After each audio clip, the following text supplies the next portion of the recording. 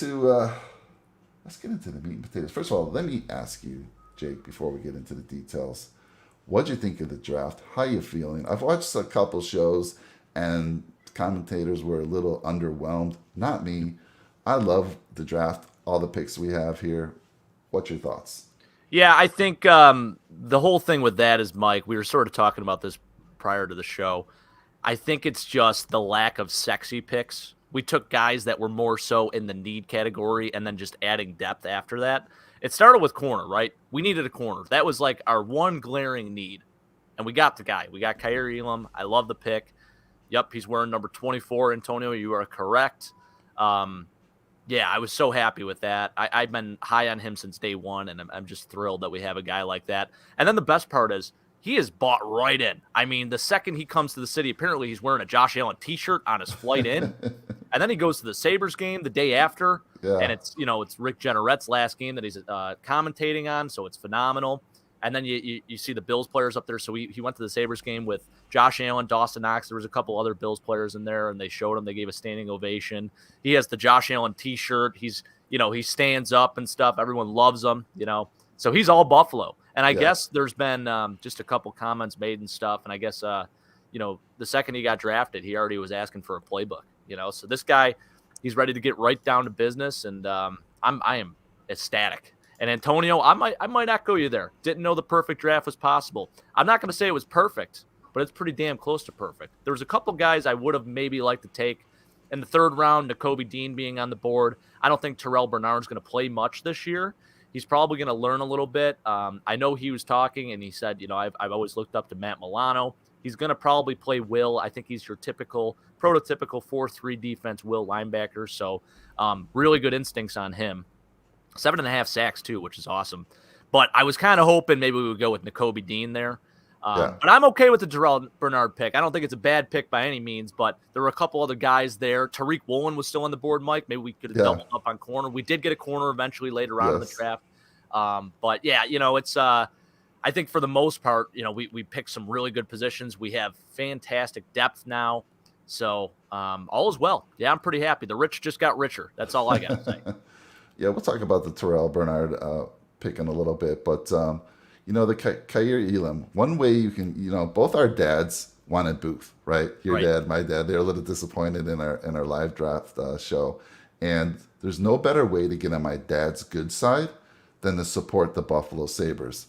Yeah. So I'm on the phone with my dad. I had a long ride home that day from work, right? And he's talking to me about the Sabres, Rick Jenneret's last game, and we're Mhm. talking, and he's like, "Whoa, the crowd's going crazy," and he goes, "They're showing Elam," and yes, he was with Josh Allen and Knox at the time when they showed it, and Elam stood up. He's like, he Yeah. was surprised, like he was so surprised, but it was great to see, and hopefully that helps get him on the good side there of my dad and maybe I your think dad, but. so. I think that's the right track. And then, how does he feel about James Cook, Mike? Was he happy? I meant to ask you. He's got to be happy we finally got a running back, Well, right? we're going to talk about that. He didn't really give me. I mean, he did tell me who he was looking for. I think he was wanting one of the bigger guys, Robinson. Okay. But I don't think he was super disappointed with the pick. I think he was very happy that we at least went running back. But hopefully he's in the channel today and he'll let us Yeah. know. But let's get it over to you here. I got a couple things to get into the slides here. So let's start here.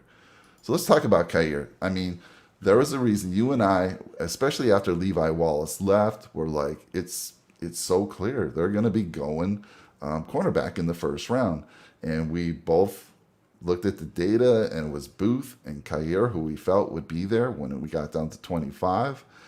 We moved up to 23, and that was because Bean apparently said that Kaiir was the last first round guy on their board. Right. And we made this pick, and I'm super excited about it. So I'll let you talk about Kaiir because you were also right there with me. Yeah, I think the biggest thing with him is, he erases that whole 13-second scenario, Mike. I mean, Yeah, you play him right up on Travis Kelsey. You could play him up on some of these bigger tight ends, these bigger pass catching threats, and he's going to press him. I mean, he is very aggressive. Sometimes it gets him in a little bit of trouble, but I'm okay with aggressive penalties. I'm okay with, you just getting beat man on man. You just get beat. But he can also run with the best of them. I mean, the guy's fast. He ran 4.39. His game speed also kind of speaks to that. I don't think there's any drop off or anything like that. I mean, he is a fast, athletic football player. So I love the move. He's a bigger guy. It's just been, I'm just so happy about this pick. And like I said, you go back a couple months ago, Mike, you have Kaiir Elam on the field. I think it totally changes the outcome of that game. Totally agree. We got Chris talking punters, and I know you're excited too. We're gonna get to that punter. I love this. Trust Chris. me. Jake has been talking about this punter from San Diego State for months now. Yes. And he got his wish. I did a little research on the guy. I'm super excited. I don't think I've ever been so excited about a punter before like I am now. But we'll get to him in a little bit. Right. And Big L saying, yeah, we have to trust in Bean. He's done a great job. So like I said, I am super excited about this whole draft and Kaiir Elam. I mean, look, have you seen the receivers in the AFC? Oh, yeah. I mean, we saw all these sexy wide receivers going in the draft, and just like, wow, these guys, we're going to need some talented corners to stay up with them. And Kaiir fits the bill, man. Fits the bill. He does. Some speedy receivers. Speedy receivers in the AFC East now. Tyquan Thornton, add him to the list too now. I mean, New England took him in the second round. Kind of an interesting pick, but guy's fast as hell. Ran 4.28. So that's another guy you got to look out for. It's just, yeah. Once I heard his name, I'm like quickly ran to my computer, checked the family tree, see if we were related. Unfortunately, we weren't. But it's good to see a Thornton out there. But unfortunately, he's on the other team. So I had to mention him. I won't be able to pull for him. So very excited about Kaiir. Exactly what we wanted. I mean, couldn't be happier. All right, let's move on to the next guy here. James Cook. All right. So second round, 63rd overall. We kind of traded back a couple times. And there was a lot of good talent on the board. You and I were like, why are we moving back so far? But the more I look into James Cook, younger brother of Dalvin Cook, he's actually 1 inch bigger than Dalvin Cook. He arguably actually had a slightly faster time in the 40, and he little leaner too. Yeah, a little leaner, and he has the receiving skills just like his brother, and you think maybe even a little better. So talk to me about James Cook. Yeah, I think one of the big things the Bills really emphasize this draft is versatility, and that's something that James Cook certainly brings to the table. Another thing we were talking about too, Mike, is the fact that he didn't really – I mean, he split some time in college, so the nice part with him is that he doesn't really have the wear and tear that a lot of these other backs have. Like you talk about Kenneth Walker, you talk about like guys even – you go back to like the Jonathan Taylors and guys that have had those 2,000-yard rushing seasons. Now, for Jonathan Taylor, totally different story for him. He's good to go, but – who knows what that's going to be like in a couple of years. Some of these guys, I think they just get overused in college. Then they get to the pros, they have these high expectations. They have one injury, and then their career's done. Look at Saquon Barkley. I mean, so I think that's something that is a good thing, for our sake, because this is a guy that, they used a little bit here and there, but they also would sub him out. He was in a lot of different packages. And then the nice part, too, with him is he can line up outside as a receiver. He can run a ton of the different routes in the route tree. So it just gives Josh Allen more weapons, and he can run the damn ball. I mean, he's a one-cut burst guy. Just a fantastic pick. Actually, a very surprising pick. I didn't think we were going to end up getting him, but I love it. I think Brandon Beane did a fantastic job with this one here, so I'm pretty fired up about it. I like the comparison there, too. You have Darren Sproles and Felix Jones. Felix Jones, Mike, I don't know if you remember him. Really good kid out of Arkansas. Him and Darren McFadden, that was the 1-2 punch back in the day. And Peyton Hillis. Shout out Peyton Hillis. Just an awesome pick. I'm really, really excited about this one. He's also super pumped about coming to Buffalo too. I don't know if you heard his press conference and how he talked about Buffalo, but he is thrilled to be here. You touched on it. I mean, his brother was a 3-year starter and just took a beating in college. He played, and you see it with injuries now in the league. I mean, he's an elite back, but he's still every year, he's never healthy. He had multiple surgeries during college, whereas we're getting his younger brother fresher. He had to rotate a lot with other players on Georgia there, and he had a fantastic senior year. I mean, he had 7 rushing touchdowns, 4 receiving touchdowns. And if you watch the highlights on this guy, absolutely fantastic. Now, Darren Sproles and Felix Jones were player comps, but I got another player comp that I found that I want to throw out to you and see if you remember this guy. So he was also drafted in the second round. Mm-hmm. And let me bring him up here. See if you know this guy. Oh, I know this guy. OSU, Thurman Thomas. Thurman was 5'10". So Chris, who's out in the channel, was giving me a little flack the other day on our text group saying, "Man, now the Bills have 3 guys under 5'11", smaller guys." But Bills are out to prove size doesn't matter, Jake. That's right. It That's really right. doesn't. And here's a guy, Thurman Thomas, 5'10", 206, drafted in the 40th. Second round, 40th overall. There's a good story. I was watching Thurman's documentary, and he was expected to go in the first round. Yeah. He had 4 teams promised to take him, including his Houston Oilers, in the first round. And the more he slipped, if you watch the documentary, they have film of him in front of the TV, the old school TVs. Yeah. And Yep. he was upset. He was pissed. He had a chip on his shoulder when he finally got drafted. He was like, I'm better. There were 7 backs taken ahead of him, and he was better probably than all of them. So one of the most versatile backs to ever play the game at that size, 5'10", 206, great receiving back. Pretty similar. What do you think of NFL that play? MVP in what, 1990 or 1991? 91 Yeah. maybe it was? Yeah. What do you think? Unbelievable, What man. do you think of that player comp? I love the player comp. If he could be even a shell of what Thurm was, I Right. will be very happy. Very, very happy. You know what's amazing with Thurm too? Just shout out to him. I have a very good personal story about Thurm. My dad knows this pretty well. We actually got pretty close with Thurman Thomas, Mike. It's a pretty cool thing. We have a signed jersey in our basement. It says "To Al and the boys, love Thurman Thomas."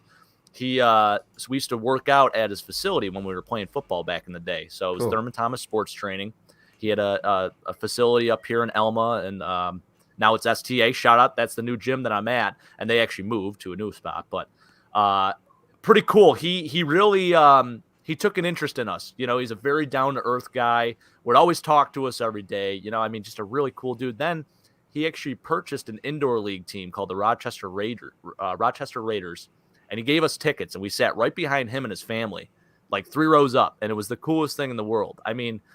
This guy, he's not, he doesn't have a big head or anything like that. Just a very down-to-earth guy, Hall of Fame player, Hall of Fame person. It's just awesome. Like I said, if James Cook could be anything like Thurm, I'm very happy about that. It's a great story. Look at those shoulder pads back then. I know. They were That's so big. And That do you was the remember style. who his teammate who played behind him? Barry Sanders. 2 Hall of Fame backs on the Are same you- college roster. Are you That's kidding crazy. me? Oh my Yeah. God.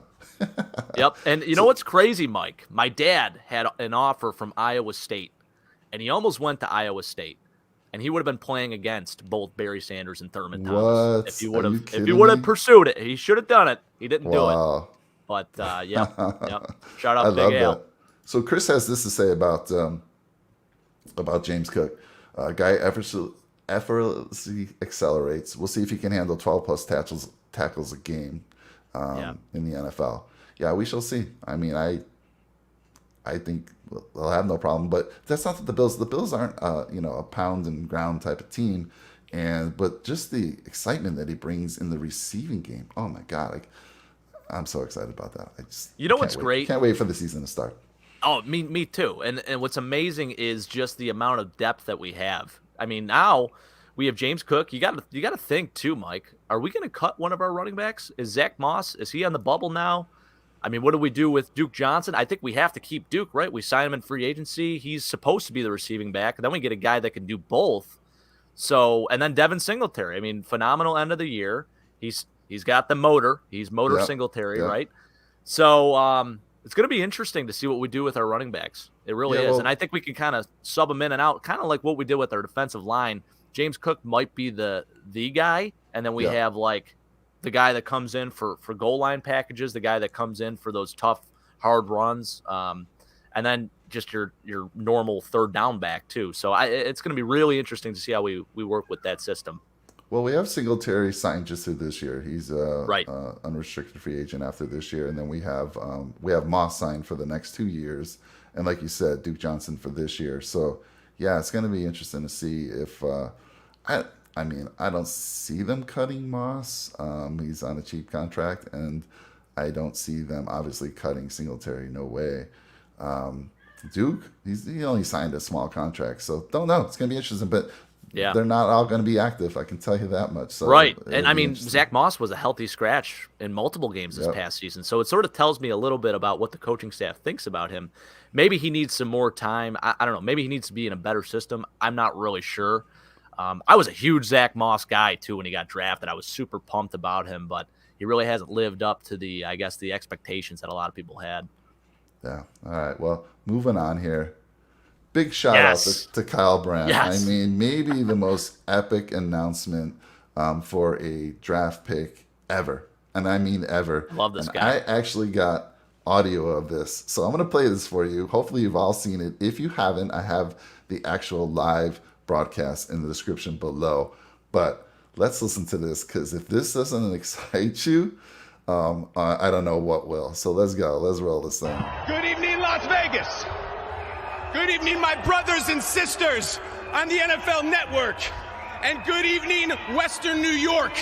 I find it perfect that the Bills are drafting in this city of luck, of chance, because you all know, and I know, the only thing in this world that can stop Josh Allen is the flip of a coin. So Mafia, mount up! And every other fan base, listen up! Chiefs fans, Raiders fans, Bengals fans, in my hands, I hold the most important pick of this entire round, because this pick is the only pick who will win the Super Bowl in his rookie year. With the 89th pick of the 2022 NFL Draft, the Super Bowl 57 champion Buffalo Bills select my man, Terrel Bernard, linebacker, Baylor. Whoa! Oh my goodness. I am ready to run through a wall right now. Wow. Oh, I Oh love it. man, that's so funny. You know what he said? He said he had that chicken wing in his pocket for like 3 days, and it was like a gummy bear when he bit into it. He said, I wonder "What if I it was was." a barbell wing. He came to barbell when he was in Buffalo, Mike, and he loved it. Oh He man, I raved actually have about it. where he said he bought it here. So I'll find that in a second, because I took a screenshot. It was on Twitter, I think, that I saw. But I mean, Incredible. Bills Electric Mafia factory. mount up. A little Yeah. shout out to Warren G and Elijah Griffin, maybe. I don't know. Bills Mafia mount up, and all other teams listen up. I mean, the 57th Super Bowl champion. Unbelievable. No That's so pressure. funny. So Yeah. let's talk a little bit about who he did introduce. Terrel Bernard. So take it away there, Jake. Why? Yeah, it's an intriguing pick. Like I said, I sort of wanted us to go with Nakobe Dean there, but obviously there's some injury concerns. They're saying maybe he'll play this year, maybe he won't play. So I think that scared a lot of teams off, and that's why he dropped. He was rated as probably the best linebacker in this class, but there's just the pectoral there. They're a little worried about it, I guess. So this is a great alternative pick. I think a lot of people were kind of scratching their heads a little bit at this one, but the nice part with him is that he can play both linebacker positions. I think he fits better as like that 4-3 will linebacker. So he'll probably come in. He's not going to be a starter or anything like that, but he adds a little bit of depth there. We have some guys on the roster right now: Terrell Dodson, Andre Smith, Tyler Matakevich, who's more of a special teams guy. I'm just trying to think of some other linebackers. I think that's pretty much it. There's a couple others too that fit into that mold. Well, there's another guy we drafted in the 7th round too, who I'm really excited about too, Mike. I'll tell you about that in a little bit. But Okay. Terrel Bernard is an interesting player. He's your, he's your more modern day linebacker, a little bit smaller, 6'1", 222. He's not your old school thumper. Those middle inside linebackers, they used to be like 6 foot, 250. Shorter, stocky guys, right? The Ray Lewises, the bigger dudes. London Fletcher's. Well, London Fletcher's actually just a little bit shorter, but bigger. Anyways, going back to him, one thing I love about him is the fact that he had 106 tackles and 7.5 sacks this past year. The production it's always been there. He was the Sugar Bowl MVP, great instincts, really good leader. And I think that was something too that we emphasized a lot with these picks is all these guys, most of them have been captains on their team or just have always been, in that leadership role on their team. So just a fantastic pick there. I think a lot of people, they're probably a little upset because obviously there's some other guys we could have maybe taken, but I like this pick just for the added depth. I think he can contribute. He's probably going to be, a special teams guy his first year, but there is a way for him to maybe work into that starting rotation eventually. So, not a bad pick at all by any means. Yeah, to me, I looked at this closer and I'm like, this is more of a scheme fit. So we talked about how the Bills like to play nickel, right? Yep. And who's in on nickel? Taron Johnson. And Right. Sean brought this up We the run other two night. linebackers. Yeah. One thing he doesn't really like a lot is that we lose another linebacker on the field, especially against those running teams. So this guy has played slot. So who knows? In certain situations, plays slot, little bigger guy against Right. a team that you might worry about running more. And so you got a little bigger guy than Taron Johnson, especially against a running team. So again, I don't think he'll be on the field much, but he will be for special teams, absolutely, for sure. But who knows? That I think it's just more of a scheme fit here, and obviously I got to trust in Bean. He sees something here that he really liked. What I like too is that we can use him in different packages. Maybe we can use him. We can use him in the nickel. We could also use him as like a, send him on a blitz or something like that. Blitz packages, So it's intriguing. I think he's very versatile. Again, versatility. That was a big thing that I think they really wanted to focus on. Versatility and speed. It seems to be the two biggest things in this draft class, which is great. Right. So because we traded up in the first round, we gave up our 4th round pick. So our next pick is actually a 5th round pick who I'm super excited about. I'm this ecstatic. guy, Khalil Shakir. And I'll let you start. And we actually got some good insight here because, first of all, this guy grew up in Marietta, California, 15 minutes away. He went to a high school that's 20 minutes away from us. It's actually only 15 miles away. And then we have an alumni, Tony, on our channel who went to Boise State and actually played college football for Boise State. So he stays in touch and gave some great insight. I said, Tony, any insights to this guy? And I'll talk about that a little bit. But let me throw it to you first. Yeah, I think the biggest thing, so him and James Cook, they offer that yards after the catch ability. They can make a guy miss. And I think that's something Josh Allen wanted to really focus on too, is being able to throw his receivers open, and then on top of that, his receivers can make some plays and make a guy miss and maybe take it the distance. And I think this is something that he offers. He's probably going to be like a 4th receiver for us. He's going to compete with those other guys. He's probably more of an inside guy, but he can play outside. And I like it because it's a faster Cole Beasley, essentially. And he offers that deep threat a little bit, too. He's a 4.43 guy. I had him as a 3rd rounder, Mike. We somehow got a steal in the 5th round. I'm pretty pumped about that. And I think there's something to be said about this draft class in general, like not just the Bills draft class, but across the board. I think the talent was so close. Like after that first round, it almost seemed like there were certain guys that, even in the first round, I guess you could say, there's guys that you might be scratching your head at a little bit because you had them either pegged as like a later round pick or an earlier round pick. This is one of those examples where I had him as more of like a 3rd round selection, but somehow he slips to the 5th round. So it was really interesting. And I think this year, out of all years that I've really been watching the draft, it's been the closest in talent. And I don't know if it's not a talented class or anything like that. I think it's just these guys, it's such an interesting year. You had COVID. These guys came back, played a season after COVID. And I don't know. It's just the scouting, I think, is a little bit different. Things have changed a touch. So it is very interesting, but I absolutely love this pick. I think it's a great move by the Bills, just adding more depth again. So I'm pretty pumped. Yeah, so he's like known for his circus catches. I mean, he's the circus catch king. And here's what Tony had to say. So Tony's part of our channel. Again, he went to Boise State, played for Boise State. He said he comps Khalil to Robert Woods, but faster. And I looked that up, and that was very true. If he can be anything like Robert Woods, just a great pick here. He said he's a stud, not a speedster, but elite route runner, crazy quick in the 15-yard box, and catches everything. Unbelievable hands, super high football IQ, and was a quarterback at one point. So great insight from Tony, and that just made me even more excited when I heard that. One of the knocks on him is he makes these great circus catches, then has some lapses in concentration, and he'll drop an easy one. I guess he had 10 drops last year, but Tony wasn't worried about that at all. Didn't mention that one bit. And he's like a human highlight reel for the Broncos. So sounds like another guy that's on the Bills roster, Dawson Knox, makes these circus catches, but then drops an easy, 2-yard dink and dunk. It's crazy.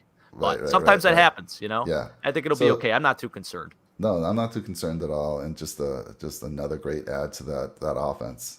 I mean, it's great to have depth like this on our team. So excellent pick here. Let's move on to maybe your most exciting pick of the draft. Here he is, Matt Araiza out of San Diego State. Let's go. Talk to me, Jake. Hey, did he run 4.68 or did he run 4.7, Mike? I just want to put respect. You're right. You're absolutely right. I rounded it. Listen, 4.68. Sure. It was 4.68. I know. At 200ths of a second, huge. We draft nothing but athletes at the punter position and the special teams position in general. This goes back to Brian Moorman, absolute athlete, track athlete, incredible. So the best thing about this guy, and I know a lot of people kind of scoff at the idea of taking a punter in the draft, but that is actually a need. This guy, I mean, I'm hoping we don't really have to punt a ton, but when we do, this guy is the guy to get. I mean, he can flip the field. Chris made a good point. Maybe his accuracy isn't as good.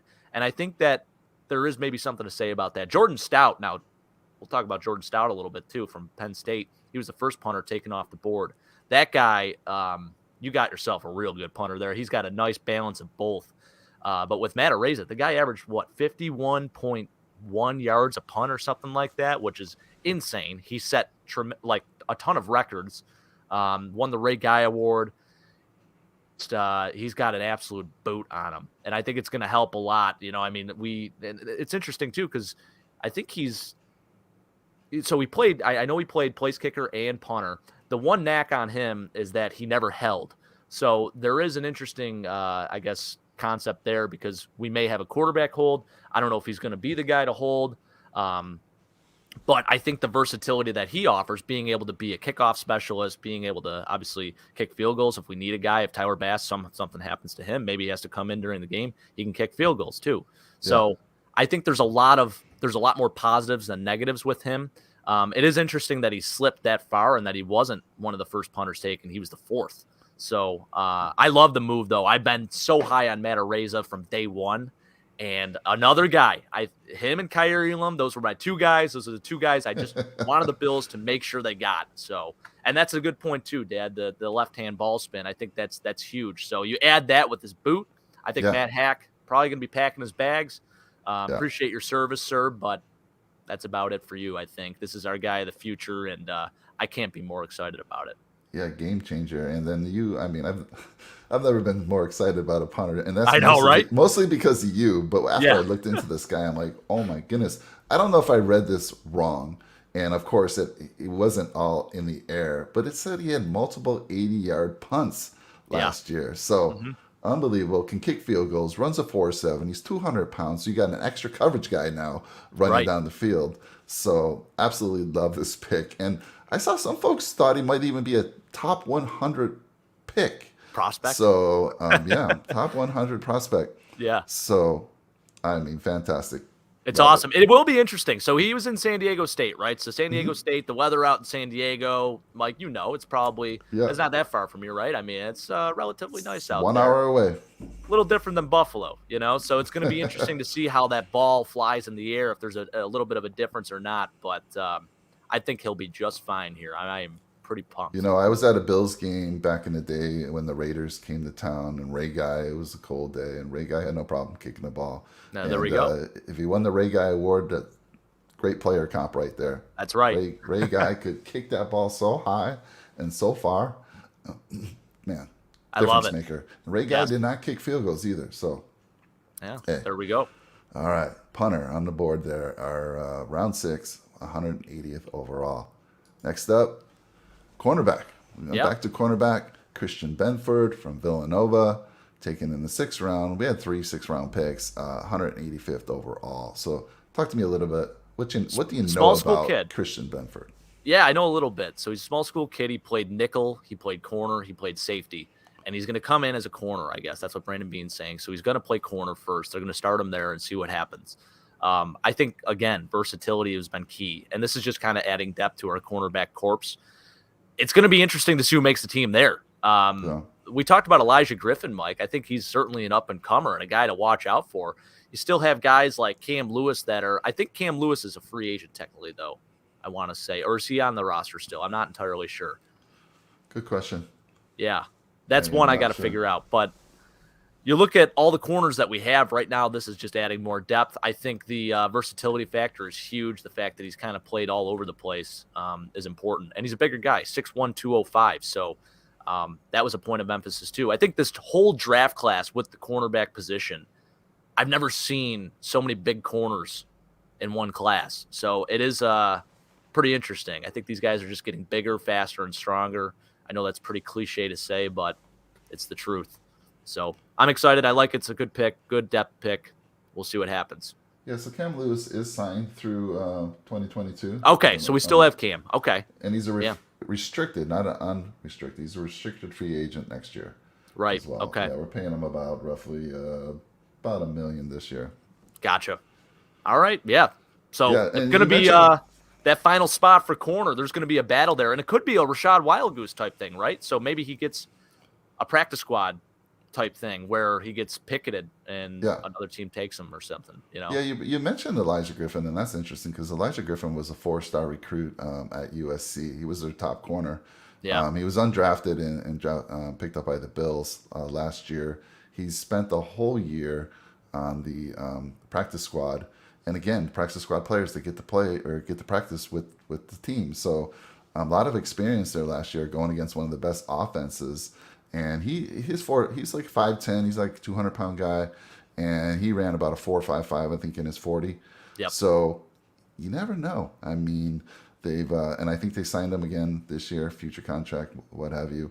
He'll probably be on that practice squad once again. But now you add a Christian Bendford. I think Elijah Griffin is probably more ready to do something for us than this gentleman would be. And also, again, going back to Kyle Brandt, Bill's Mafia Mount Up. So if you know Warren G, I don't know the song, but Warren G has a song, Regulate, Mount Up. Yeah. So yep. Let's go. If you don't know Elijah Griffin, he's the son of famous rapper Warren G and also nephew of Dr. Dre. How cool is that? It's amazing. That's awesome. Yes. All right, let's move on to the next guy here. Another round 6 guy, big guy. Heck yeah. Had to take an offensive lineman somewhere. Luke Tenuta, I hope I'm saying that right. Pick 209. He's 22 years old. Decent 40-yard time for a big man. 5.41, 318, and another big guy. The Bills just like if you're not 6'6" or bigger, you're not even going to be on the roster. You're not on the roster. If you're even thinking about playing tackle, if you're not 6'7" or taller, forget about it. I mean, Spencer Brown, him, I mean, it's crazy, right? Deion Dawkins is actually only 6'4", though, so it is kind of, I guess, different. But Tommy Doyle, 6'8". I mean, we got some big guys out there, right? So from Virginia Tech, this is your type of guy. Talk to me about this big guy love in the it, trenches. Mike. Again, versatility. I think he played multiple positions on the offensive line during his time at Vod Tech. His dad is a DB's coach, and I know he actually coached former Bills at Ohio State. He coached Antoine Winfield and Nate Clements, so that's kind of cool. So shout out to those guys, great corners that played with us back in the day, early 2000s, late 90s. So yeah, no, it's a good pick there. It's added depth. It's something that I think we needed to eventually address because you look at who we have at tackle right now. We only have 3 tackles on the roster, so I think that's where he fits best, just based on his height and weight. But he does have the ability to kick inside if he needs to. So. Just another good depth pick right there. He's a big mauler, can get to the next level, and I'm excited about it. I think it's good. It's good. Guy, I think you want to take guys that you can rely on, guys that have the ability to come in and just sort of be a natural fit at any position on the offensive line, and he offers that unique ability. So it's pretty cool. I like it. I like it a lot. All right, and then finally, with the 7th pick. Yes. Pick number 231, 23 years of age, from Clemson, Baylon Spector. And sounds like you're excited about this guy. So really excited about it. Tell me what you know. A lot of people don't get excited about 7th-round picks, but I'm pretty fired up about him because I love his brother Brandon. He's a receiver for Clemson. I've been following him. I actually follow him on Instagram right now. I got to follow Baylon now because he's a Bill. So, huge fan of this pick. He's going to probably play specials. He's going to have a chance to compete.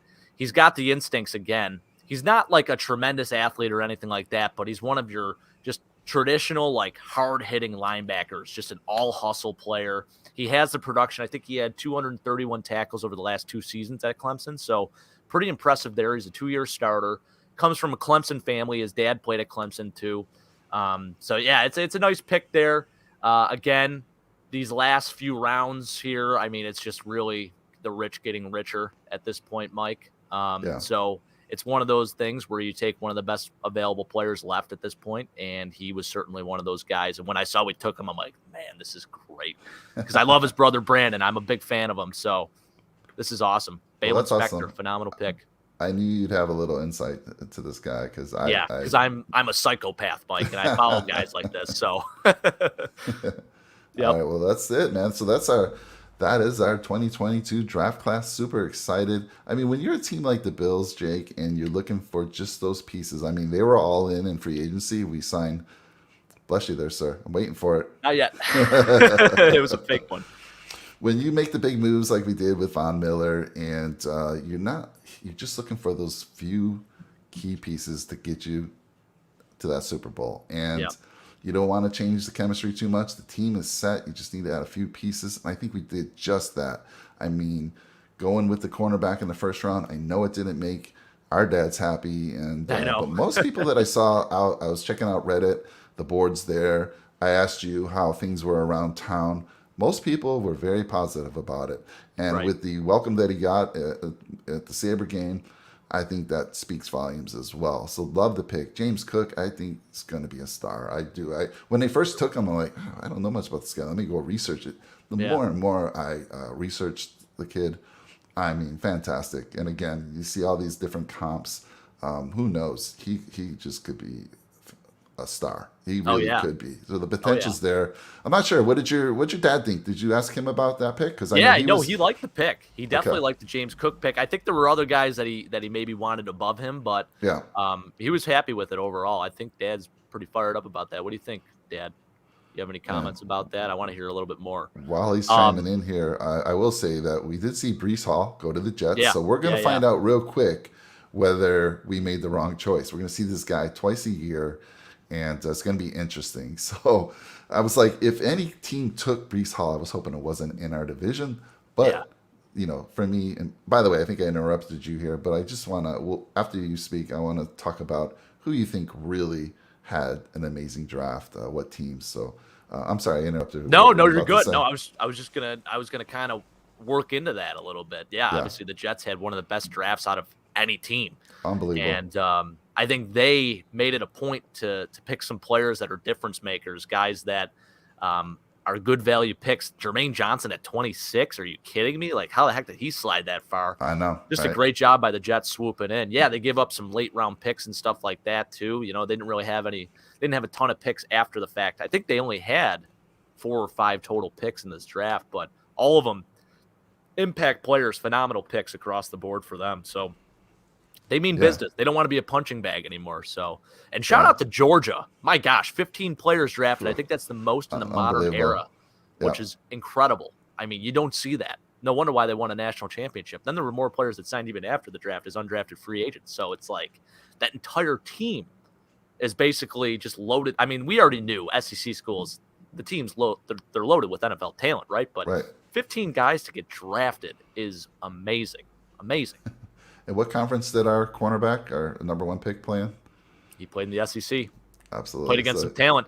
Turn on that Alabama tape, Mike. All I got to say, that's enough to speak volumes about him. I know you keep talking about that. So, super, again, very, very exciting draft. I mean, especially when the player that goes in the first round, it's rare. Like, how many times, Jake, have you kind of picked that first round guy that the Bills were going to go after?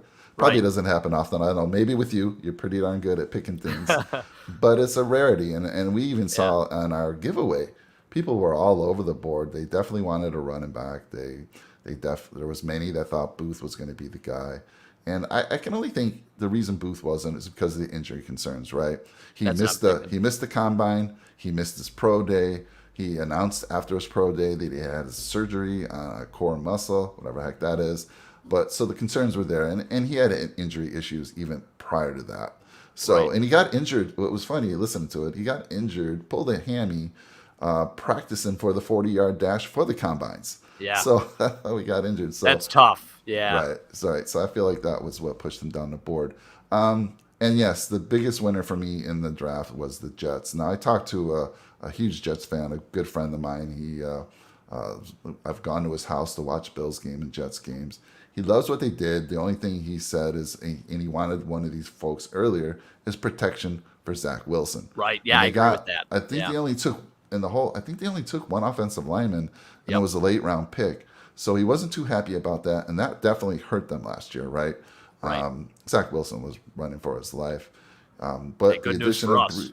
The addition of Brees, yeah, exactly. The addition of Brees Hall, maybe their running game, maybe they're going to rely on that more. That could also help an offensive line who doesn't pass protect very well if they can run the ball. So Certainly. Hey, shout out to Chris's Ravens, too. What do they have, 6 fourth-rounders or something like that? They set a record. It was insane. I've never Really? seen so many fourth-round picks in my entire life. Yeah, It was crazy. They had a hell of a draft, too. The Ravens really did a nice job, I think. Chris, I don't know if you're still out there, but I would like to hear your feedback on that, too. I think they did just a fantastic job. Eric DeCosta, I mean, that whole front office is great there. So, yeah, and they're getting a lot of players back. Remember last year they were Yeah. devastated before the season ever even started. They lost both their running backs, so I'm sure the guys, Rick and Chris, are pretty excited about the upcoming year. They should I know, be, yeah. I know my 9-year-old son is. yeah, The only yeah, thing- he should be, too. Yes. Right. The only thing that they lost Marquise Brown. That was to me a surprising move there, and Right. now they have that void at wide receiver. So yeah. I even talked to my son. This is my son. This is what my son tells me. He goes, "Dad, I'm gonna miss him, but you know what? He had some key drops. He drops the ball a little bit too much for me." I'm like, "Really? You're okay?" Wow. He's like, "I guess I'm okay. I don't know who we're gonna fill him with." And he's like, "But it is a big void. He actually was a budding star. I mean, he's still young. Yeah. To lose a guy Had a like good that." year. Yeah, and who do you fill that position with? Anyhow, great stuff. I'm super excited. I mean, is there I guess the biggest surprise of the draft for me might have been how far Jermaine Johnson fell. But I got to tell you something. When Rick and Chris were doing their mock draft last week, they kind of forgot about him around Yeah. 24th and 25th pick. Chris realized, like, oh my God, we made a huge mistake. Everybody, listen, this guy's not going to be available in the top 24. And he actually fell almost to exactly where they picked him. Right. So pretty interesting there. But biggest surprise of the draft for you? I think the biggest surprise, outside of maybe Andrew Booth, maybe Malik Willis going in the 3rd round. I think a lot of people were very, very surprised about that. It was interesting with the quarterbacks. You only had Kenny Pickett in the 1st round, only one first-round quarterback. And then you had 3 in the 3rd round, and then they kind of filled it in afterwards. But that speaks volumes about what these guys thought about. I mean, I think also, too, it might be based more on need, but you never pass up a chance to take a really good quarterback, right? Because that's your future. That's your team, right? And you never know when a guy's going to go down either. So, yeah, Malik going in the 3rd round. Cool comparison to Steve Air McNair, too. Yeah. He's, 6 foot, 221. Steve McNair was like 6'2", 230, but both, obviously smaller school guys. And if he could be even a shell of what Steve McNair was, the Titans are in good hands. They still have Ryan Tannehill, but nice pick for the Titans there. Yeah, I agree. I mean, Malik he can run. He has a cannon for an arm. So a lot of upside there. But and it fits perfectly because Tannehill, I think he's up there in age. He's 33, I believe. Right. I don't know how long they have him on contract, but it's going to be great for Malik to kind of play behind him for a couple years. Yeah, I think it'll be at least 1 year he plays behind him, and maybe even 2. Right. So we'll see. Tannehill hasn't seemed to be the guy. They've had the talent. They've gotten so close as well. He just hasn't seemed to be the guy to get him to that next level. He's been exposed. When Derrick Henry went down, you could see there were some things about Ryan Tannehill where it's like, okay, maybe this guy is just a middle-of-the-pack quarterback. Yeah. He's not like that elite guy, because his stats were really good, very accurate. I mean, his touchdown-to-interception ratio was crazy, right? Yeah. But, I think we started to see a little bit of his flaws last year. Yeah, when you have such a great running game, and I know they lost Henry for most of the season last year, but you would think he would excel a bit more. And I do want to talk about who you think had the worst draft. And I have to say, I mean, explain this to me. I'm going to bring up this comment from Chris, which has happened earlier in the show. Yeah. New England had 2 questionable picks at the top. Cole Strange, I think, was their first pick. Yep. Who most people had, 3rd round, 4th round type player. Yep. Any insights, any thoughts on what I the think it's Patriots are hilarious. thinking? They caught Sean McVay and Les Snead talking about him a little bit, saying, we had that guy as a 4th rounder. We thought he'd be available there, and they're laughing about it and stuff. And again, Bill Belichick's going to be Bill Belichick, right? But they almost had like a Raiders type draft, right? Then they go in the 2nd round, they take Tyquan Thornton, your cousin, Mike, who runs 4.28. And that's such a Raiders pick because they would always either draft the biggest guy or the fastest guy. And that's sort of the approach that the Pats took. They ended up getting Bailey Zapp, who, if you ever want to see some insane college numbers, look him up. I think he threw for 5,900 yards this year and 62 touchdowns. Oh, wow. So insane college stats. Nice backup option for Mac Jones. Not sure what they're going to do with Jared Stidham. That's going to be interesting. And I think they still do have Brian Hoyer, too. So, that'll be an interesting quarterback room there. But Bailey Zapp, nice pick for them in the 4th out of Western Kentucky. But, Patriots did. It was right off the get-go. I mean, you didn't expect Cole Strange to go where he did. I think he's a very raw player, obviously a small school kid, too. So, a little questionable there. Yeah, definitely. But like you said, one of the best coaches ever. So we'll see what he was thinking. Right. But I will say this. He'll prove us all wrong. I do think it was 75% Tom Brady, 25% Bill Belichick. Oh, wow. All right. Bold statement, right? All right. So, Jake, last question of the show, and we'll get out of here. What's the grade you give the Bills for the draft? I'm going to give them a B+. I think that's a solid, respectable grade for them. Totally agree with you. I'm right there. Nothing that's going to like stick out and like be like, oh my gosh, we got this guy, right? But guys that were all either needs or additional depth needs. So it's a good move. Yeah. My 2 picks of the entire draft class, obviously Kaiir Elam and Matt Araiza. Just thrilled about those. Yeah, totally agree. All right, that's it, buddy. I mean, I can't think of like when we'll have our next shows, but we'll plan something. We do have other content on the channel. I have some videos in mind too. I have some really good ideas out there. Actually, one that is against your 2000 Ravens, Chris. So that'll be very interesting. Nice.